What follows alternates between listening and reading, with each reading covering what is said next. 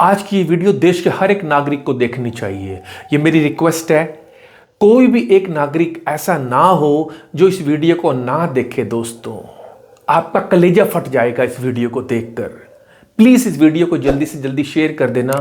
बहुत बहुत कुछ सीखने को मिलने वाला है आज इस वीडियो में आपको। दोस्तों आप ये नोट करना, शरीर के मांस का एक एक कतरा यदि किसी का गल जाए और पसलियां बाहर आ जाएं, भूख से पसलियां बाहर आ जाएं, दोस्तों शरीर भोजन मांगे, प्यास लगे, फिर भी वो व्यक्ति अडिग रहे अपनी कमिटमेंट के ऊपर, अपने वचन के ऊपर, वो टस से मस भी नहीं हो, ऐसे शूरवीरों की बात मैं आपसे करने वाला हूं। दोस्तों, एक ऐसे महान शूरवीर जिनको भारत के हर एक नागरिक को बार बार सैल्यूट करना चाहिए।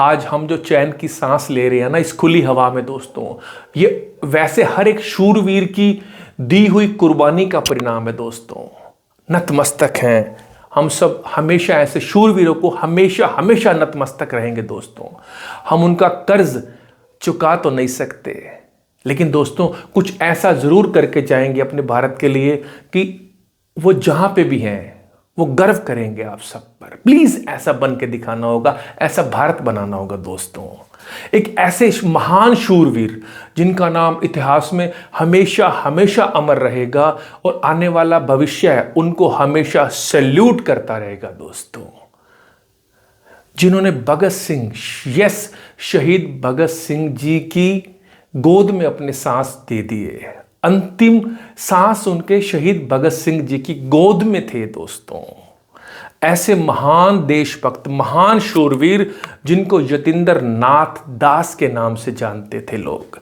लेकिन पूरी दुनिया उनको यतीन दा के नाम से जानती थी। दोस्तों, मैं उनकी आज कहानी पढ़ रहा था, मेरे रोंगटे खड़े हो गए। दोस्तों, मेरा मन किया यस, ये मैसेज देश के हर एक नागरिक तक जाना चाहिए और विशेषकर हर एक युवा तक तो अवश्य जाना चाहिए। दोस्तों, प्लीज ये वीडियो जरूर शेयर कर देना, अच्छी लगे तो कमेंट जरूर करना। दोस्तों, देश में आपका खून खोल जाएगा। दोस्तों, इस वीडियो में आपको पूरी ऐसी बात समझ में आएगी, आपको लगेगा ये देश कितना महान लोगों के द्वारा बनकर हमें मिला। कीमत समझना दोस्तों इस देश की। ये देश बहुत बहुत क्रांतिकारियों की, बहुत देशभक्तों की ऐसी ऐसी यातनाएं उन्होंने सही हैं हमारे लिए, सोच भी नहीं सकते। दोस्तों, उनका कर्ज नहीं चुकाया जा सकता। ये देश हमेशा कर्जदार रहेगा।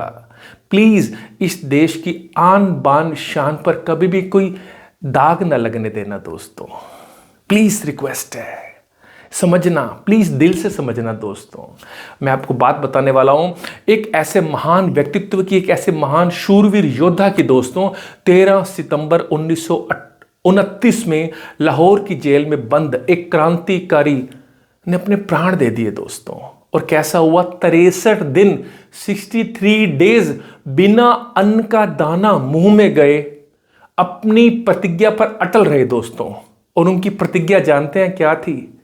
ऐसी प्रतिज्ञा थी जो हर एक भारतीय के दिल को अंदर से पिघला देगी। दोस्तों, वो ये चाहते थे कि वो उन्होंने माफी नहीं मांगी, उन्होंने अंग्रेजों के सामने घुटने नहीं टेके। दोस्तों, वो झुके नहीं, वो अपने वचन पर अडिग रहे। उन्होंने देश के लिए बहुत ऐसी बातें, यानी कि आप मान के चल लेना, उन्होंने ये अपने अंदर से धारणा बना ली थी। उनकी मांग क्या थी? दोस्तों, वो चाहते थे कि भारतीय राजनयिक जो कैदी हैं उनके साथ जानवरों जैसा सलूक नहीं करना चाहिए अंग्रेजों को। अंग्रेज बहुत अत्याचार करते थे भारतीयों के ऊपर, जानवरों से भी बुरा बर्ताव करते थे, इतना अत्याचार करते थे आप सोच भी नहीं सकते। दोस्तों, लेकिन उनकी यही मांग थी, प्लीज भारतीयों पर इतना अत्याचार मत करो, वो इंसान है, प्लीज उन पर रहम खाओ। लेकिन वो क्रूर, वो लोग, वो अंग्रेज जिन्होंने गुलाम बनाकर रखा भारत को, कोई तरस नहीं खाया उन्होंने इतना इतना जुल्म ढाया। दोस्तों, आज रोंगटे खड़े हो जाते हैं वो बातें याद कर कर और सुनकर। दोस्तों, अंग्रेज भूख से तोड़ देगी, यानी कि उन्होंने ये सोचा कि इस व्यक्ति को इतनी यातना दो, इस यतीम दा को इतनी यातना दे दो, इतना इसको पीड़ा दे दो, इसको भूखा प्यासा ऐसा रख दो, ये टूट जाएगा व्यक्ति।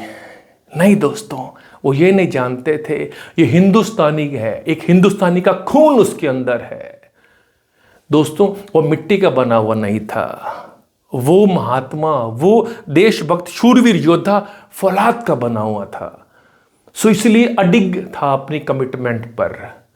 उसने घुटने नहीं टेके अंग्रेजों के आगे, अपनी जान न्यौछावर कर दी। दोस्तों, पेशे से वो देशभक्त बम बनाने में माहिर था, लेकिन जब यतीन दाह को इतनी प्रताड़ना दी गई, इतने अत्याचार किए गए दोस्तों उसके ऊपर, आप नोट करना, जेल के अंदर सारी हदें क्रूरता की पार कर दी अंग्रेजों ने।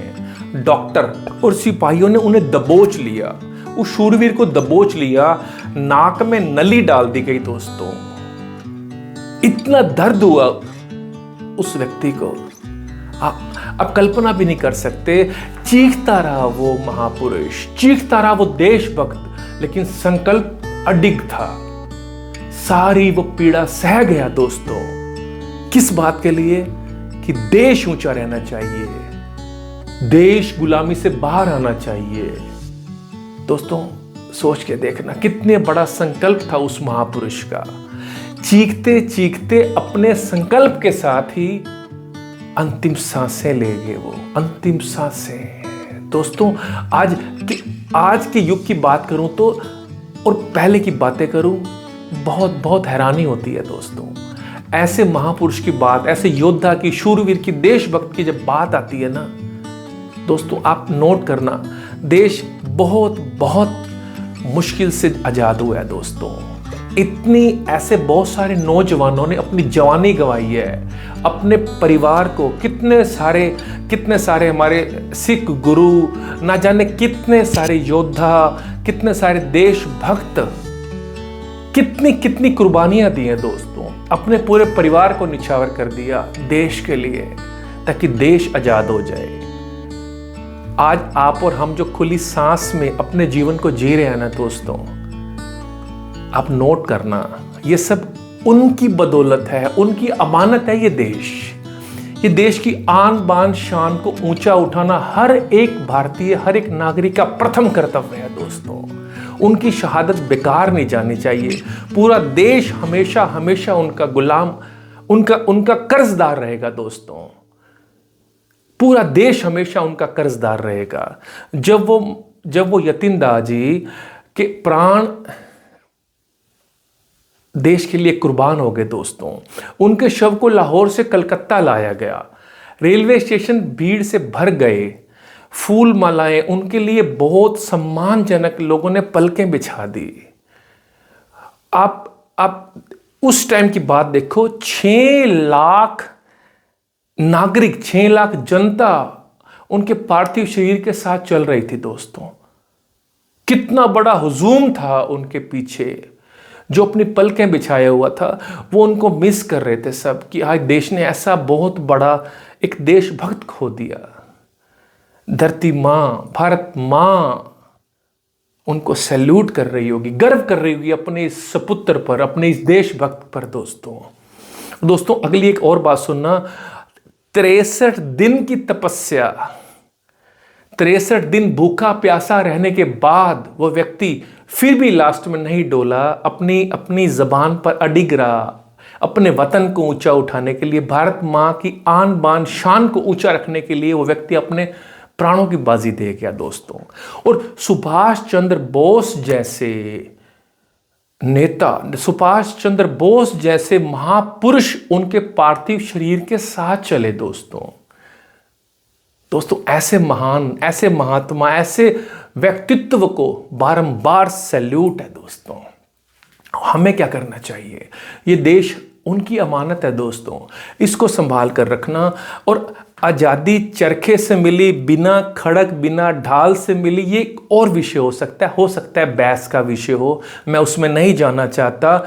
आज़ादी की नींव ऐसे कितने नौजवानों की हड्डियों को गला गला कर उन्होंने अपनी जान की कुर्बानी देकर इस देश को खड़ा किया है दोस्तों, इसकी नींव बनाई है।